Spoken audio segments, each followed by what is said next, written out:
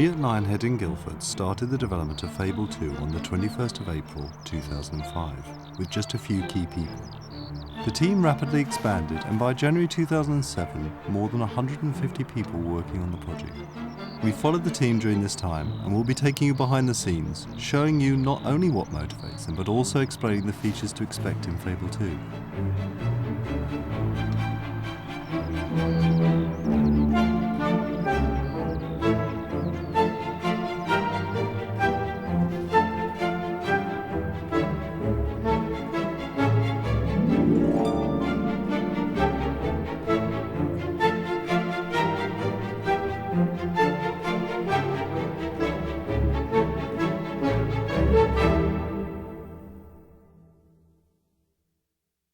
Back in 1998, I started a little company with my brother, Simon Carter. We had a dream of creating a fairy tale role-playing game, but we didn't want to go the usual geek route of unpronounceable weapons and things. We thought, well, why don't we give somebody who's never seen a role-playing game before something that they can get their teeth into, a story they can understand, something they can relate to, something which is a much more emotional experience than the usual sort of stat counting exercise. Fable 1 received a lot of acclaim for breaking new ground, and in Fable 2 we really wanted to innovate further. We wanted gaming to be truly emotional.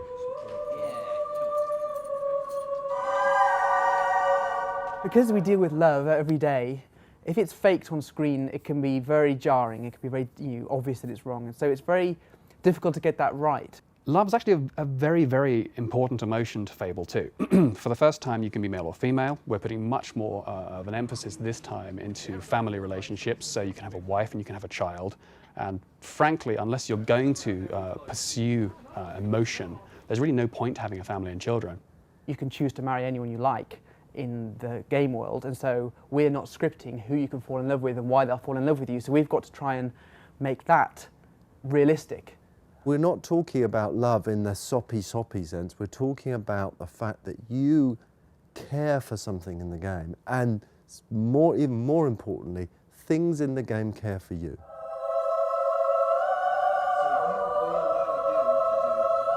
One way is through the introduction of a dog that loves you. It'll follow you around and serve as a companion on your adventures throughout Albion. Firstly, and maybe most importantly, I wanted to show the quality that we were putting into the dog in the game. Everybody who sees that dog, they will say, that's a dog. The second thing is, I wanted to really get across to people how brave we're being with this dog. What we could have done is given you this dog and made him controllable by you. We give you no control over the dog. Just think about that a second.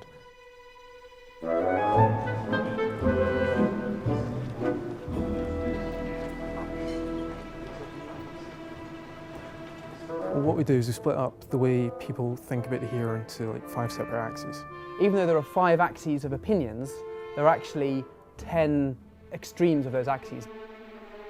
No control over the dog. You haven't got a dog button. And a lot of people would say, that's just mad, man. Well, how can I be engaged with something? What we've said is, you control the dog by playing the game. You control the dog by worrying about you as a hero. So it's not aggravating to you. I don't press a button when I go out with my dog. I think the very fact you don't control him makes him feel like something that has a mind and that has an agenda. And that agenda, first and foremost in that agenda, is his love for you. His willingness to sacrifice himself for you. His need to please you in everything that he does. Fable is, of course, an action-adventure role-playing game with an important emphasis on the story. This is where the emotion plays an obvious role, and your decisions, your feelings will be paramount as you make the hard choices along the way. If you look at the history of other visual media, cinema for example, the addition of love and sort of emotive content has been a really big deal. If you look at Charlie Chaplin, he introduced emotion into a film called The Kid, and suddenly cinema was elevated to a new form of art. I'm not quite saying we're there yet, but I'd very, very much like to think that we're kind of in the vanguard of groups who are interested in this side of games rather than sheer thumb candy. Actually, it's about drama. It's about you feeling, when you're playing Fable, things that you've never felt before. And if love is one of those emotions, we've won.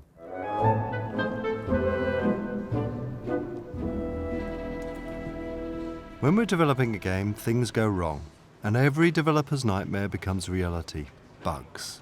From time to time, we stop developing new features and instead focus on fixing bugs. Right, this week we're having a bug blitz, which is something we do now and again. The reason for that is that ever so often the build gets a bit clogged up and messy, and we have some reliability problems. So this week we've decided to have everyone sit down and work through some of the bugs. I'm fixing bugs at the moment, some rather nasty grouping bugs in the editor. We've got hobs which jump out of foliage, so we've got ninja hobs.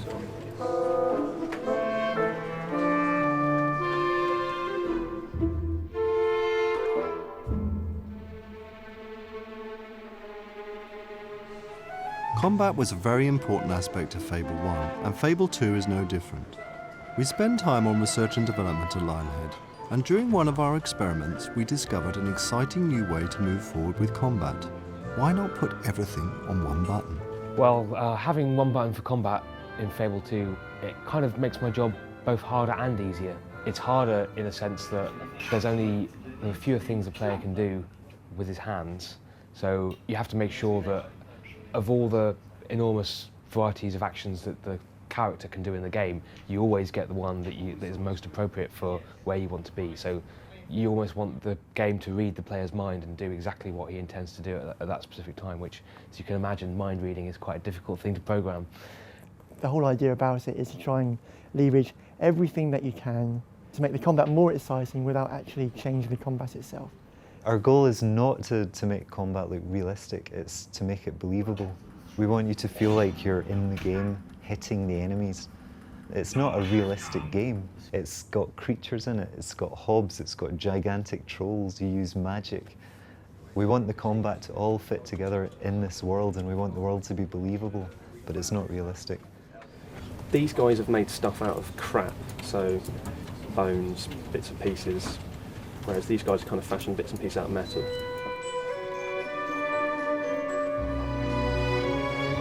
The sheer size of the game means that some of the team members will have to work late into the evenings to fix their bugs. This relates to all aspects of the game, not just combat, and some of the team members will be facing more bugs than others. The target is for all team members to clear their Pry 1 bugs this week. I'm debugging the particle system and why at the moment the particles are really big and fat and ugly and they don't die out, so right now that's what I'm doing. The magic system in Fable 2 is similar to Fable 1 in you get a range of spells for you to choose when to cast. Where it's different is we've tried to make it fit in with the whole one-button combat ethos of Fable 2. So we're trying to make spell casting accessible to the casual player, but with depth for the hardcore player. The most important factor in making combat believable is the reaction of the enemy. If they react in a way that's incredibly satisfying, it's just fantastic. And if you're close enough to the enemy and you press attack, you get to smack their head off a log, which is great. And then sets it up nicely for a finishing move. Working out all the aspects of combat in Fable 2 is a huge task with many different factors that need to be taken into account. While some of us might know what it's like to actually wield a sword, it's a completely different matter to translate that into a convincing animation. And so in the early development stages, research is hugely important. We did loads of research. We looked at videos, we looked at games, we just happened to find people around the studio that had life-sized weapons at home. Not completely real, but there were some life-size metal swords brought in, which it was really useful because we could go out into the car park and video ourselves doing specific moves for the hero. We got a sword master in called Richard Ryan who showed us how he would actually fight with a sword. Quite a scary guy. He had a guitar case full of weapons and didn't mind getting quite close to us when he was demonstrating swings and things.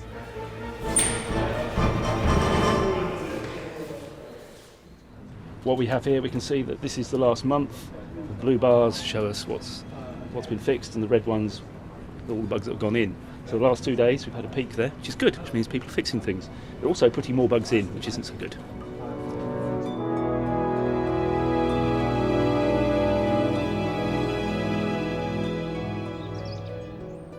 Fable 2 is set in a fictional world called Albion, which bears some resemblance to England during the Victorian times. The art team played a vital role in bringing the Fable world to life, as did the level designers who created the places in Fable 2.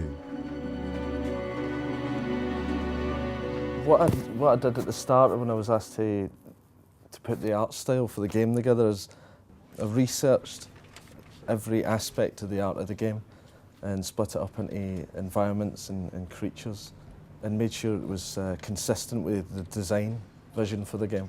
We have, for instance, for the architecture in some of the towns, we've actually got somebody that's a trained architect here. We've got others that have worked on the previous Fable. When we were doing the environments, what you've got to do is split up the environment team into architectural and organic for a start. There's definitely people that are more organic than others. Quite a few happies on the team. Well, currently one of the tasks I'm involved in with Fable 2 is foliage, and that basically means creating all of the green stuff that you see within the game. Any of the plants, any of the ground cover, any of the flowers, any of the bushes, I have some part in producing. The foliage and the local detail, as we call it in Fable 2, is very much more detailed. We're trying to go for a lot more on every front, really. So we've got a lot more different kinds, we've got a lot more different feels, we've expanded the foliage as much as we could. Oh, you're not filming me messing about with flowers again, are you, Sam? Oh, no, let's film me doing something else. Oh. What else do you do? Loads of things. Oh. All the areas in Fable 2 were originally mocked up using the Fable 1 engine. This allowed the programmers to create an editor that could be used by the level designers to start building the world of Fable 2, but using its own brand new engine and assets. What we do is we create the tools that allow you to build games. We make all the tools that are used for the development of Fable 2. So one of the things that's a real struggle for game developers is fitting all of those assets into memory and onto the DVDs. What we've done is develop some compression routines that squashes down the data so that it will fit in the available memory, and we've done this with animations. We've managed to squeeze those down to just 1% of their original size. We have support for tools that allows us to create assets very quickly. So have a look at the chart, and there it is. Are you fixing more than are coming in? Or? Check it out. Today we're just ahead. The fact is that this game is absolutely massive. We have so many levels that are so much bigger than in the previous game. That requires constant honing and improving of existing tools as well as developing new tools, because we constantly want to find ways of improving our pipeline. The way we would design an area, this tends to be slightly different depending on the type of area it is, but what we start with is the plan. Then what we do is we actually white box it in a very simple art package. We'll just rough it out, get our scale, make sure all the critical dimensions to ensure that the navigation systems will all work. And we do that fairly quickly in a program called SketchUp. And then that gives us a rough version of a region or a pub, for example, which we can give to the artists. They can take straight into their art package, and then they can make it look really nice. Albion in Fable 2 is much bigger than the Albion that we've seen before in Fable 1. In the first game, the world looked amazing, but it was kind of frustrating because you couldn't go everywhere you wanted to go. You can go anywhere now. You are not fenced in any way.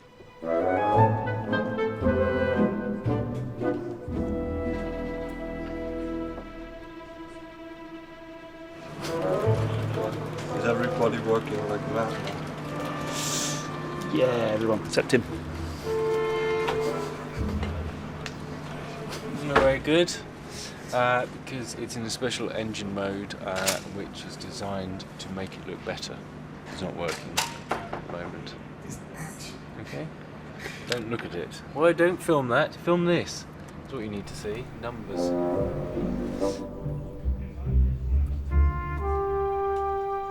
Programmers and artists are two completely different breeds, and tensions between them sometimes grow high. That's not to say they don't get along, but when a tool doesn't work and development grinds to a halt, this is the ideal time for the artist to go into the park and get some inspiration to beautify Albion.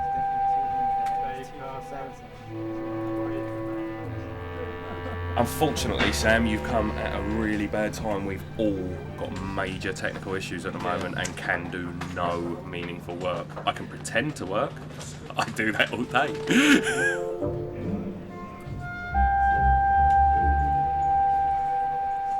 Well, you know, I work with mainly artistic people, and let's face it, they're never going to be satisfied unless they have one big red button that builds the whole game. So I'd say they are reasonably satisfied, but they're not happy.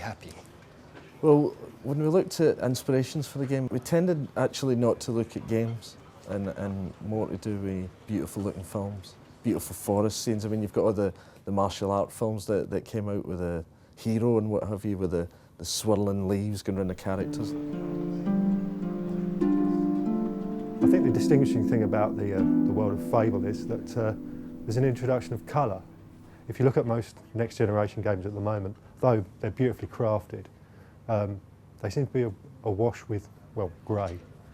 The idea was that we wanted to incorporate clockwork, get away from the medieval times and more into the age of highwaymen.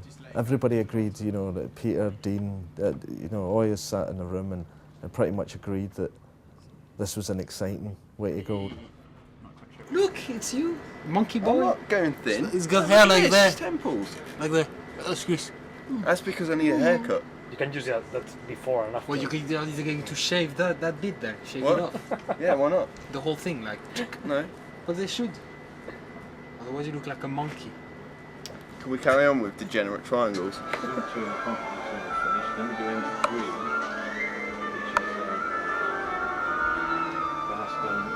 The entire audio aspect of a game is often undervalued or even completely misunderstood.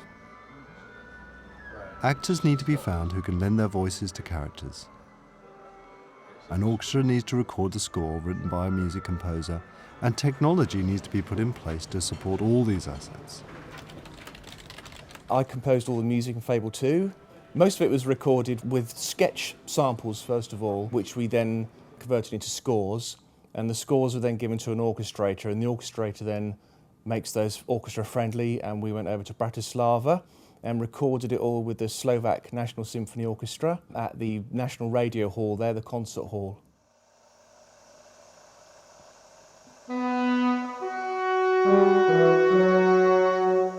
When we came back from Bratislava, we then decided we were going to record all the choirs.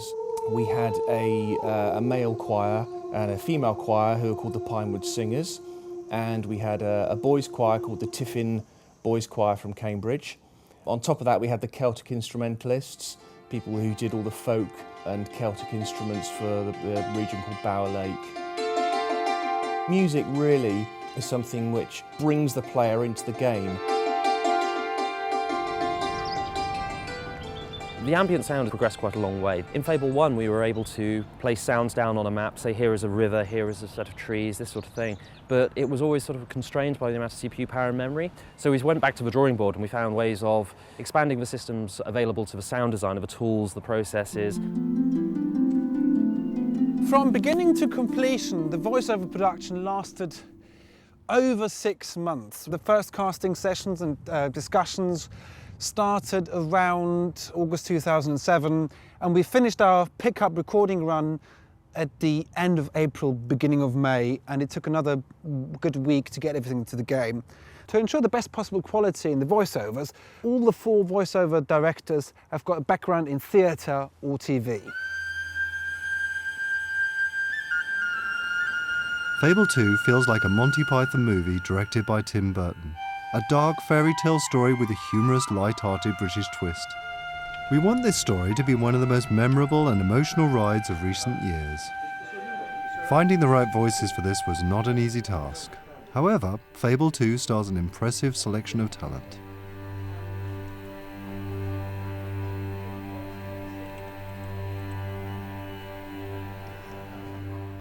Hello, young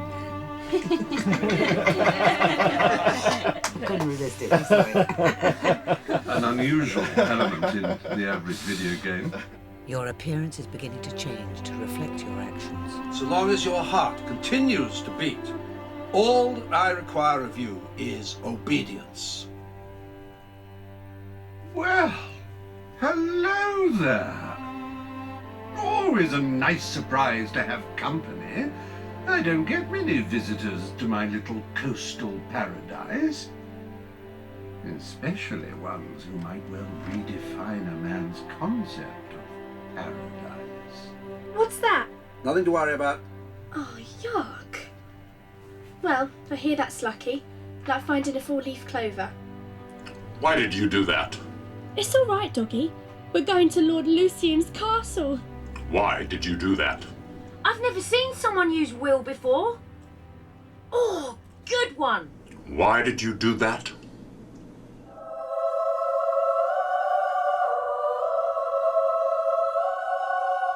My greatest hero is quite sentimental answer, is my mum. She was recently passed away, but she was my hero. She's an amazing person. Yeah, that would be my hero.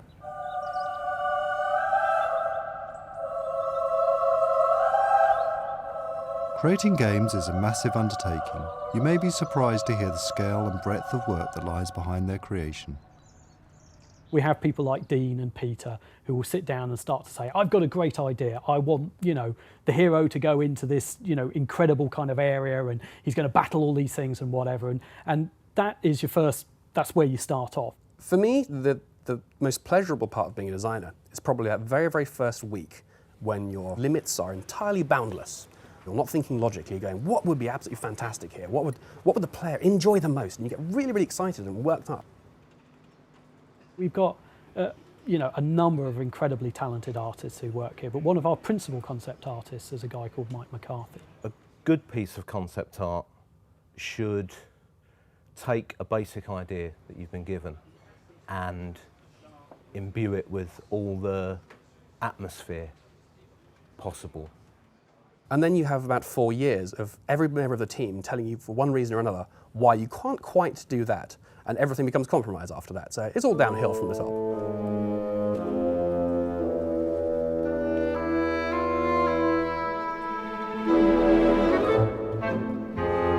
The bug team is currently, the QA team is going into overdrive. They're finding a lot of bugs at the moment. The red bar is how many bugs they've found, and the blue bar is how many the team have fixed. So for ages we were catching them up. That board is not enough to hold all the bugs we're doing, so I'm putting half of them onto this board. Put a little bit more to it. So far, we've looked at how art moves from conception to implementation. Once the artists are finished with modelling a character, the animators take over to bring them to life. All the animations in Fable 2 were created by hand.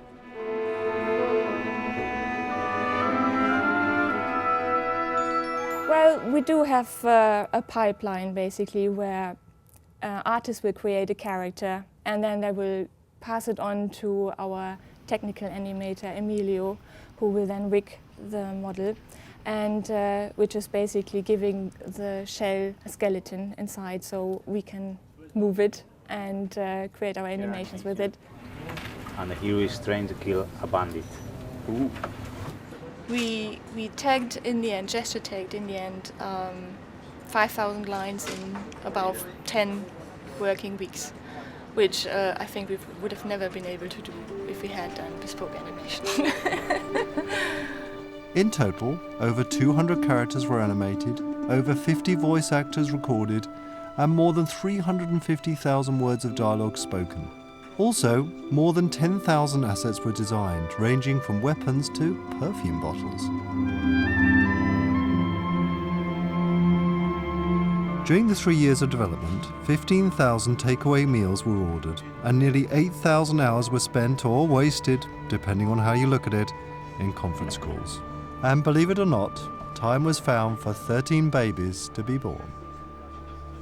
What we've done with Fable 2 is just make sure the team is really broken down into much smaller teams and lots of people managing smaller parts of the game, so that you try to keep a really strong team culture, and I think that's worked really successfully for us.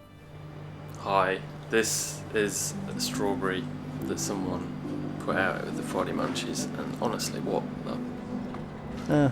Hello. So anyway, why are you late with all your work? Because I'm lazy. I spend all my time eating Clippos. Because everyone's waiting for you to finish everything now. Yeah, it's not like It's not good enough, Michael. Get your coat. Yeah, get to my desk. And get to your desk. Which is here. Oh yeah, Yeah. that'll be it. Eventually, the development of Fable 2 must come to an end. Currently, we've got 52,127 bugs. It's summer, the sun is shining, but we're all indoors. Who knows if we'll have enough time. Hopefully, by this October, it'll be in the shops. At the moment, we've got a lot of challenges, but we've got plans in place to solve all of those. So I think, although it's difficult at the moment, and we haven't got a great deal of time, that we are going to get all the technical challenges solved before the end. 78 things doing to it. It's quite a lot for the stage. Over 1,000 of that. 1,000. Yeah. Yes, it was all the inventory issues. Well, most of them. There's another 500 to go. It's not walking. I'm just making some legendary weapons at the moment. It's all good. You can mess up the economy as much as you possibly want to if able to. From what I've seen today, I really like the clothing, and there's just ridiculous amounts of combinations. It's about 350,000 words of spoken dialogue. Is it going to fit on the DVD? It will eventually, absolutely sure, for sure. It will fit on the DVD, I guarantee it. We'll squeeze it one way or another. You can't lean back any further. How many bugs are there at the moment? We just tipped over 5,000 today. You get a green bunny that you have to stick on your desk if you break the build. Nearly there, but we'll see. I guess when I see the latest build, what it looks like. Exciting 21 minutes and 10 seconds remaining to the new build 202. It didn't work, but we'll get it working. Tomorrow? Tomorrow. There's always tomorrow. Is it going to be finished, Peter? It's going to be finished, that's for sure. Of course it's going to be finished. We're this close. It's shaping up to be something a bit special. We just need to nail these bugs and we're done. It's a lot of work to do, and it's very scary.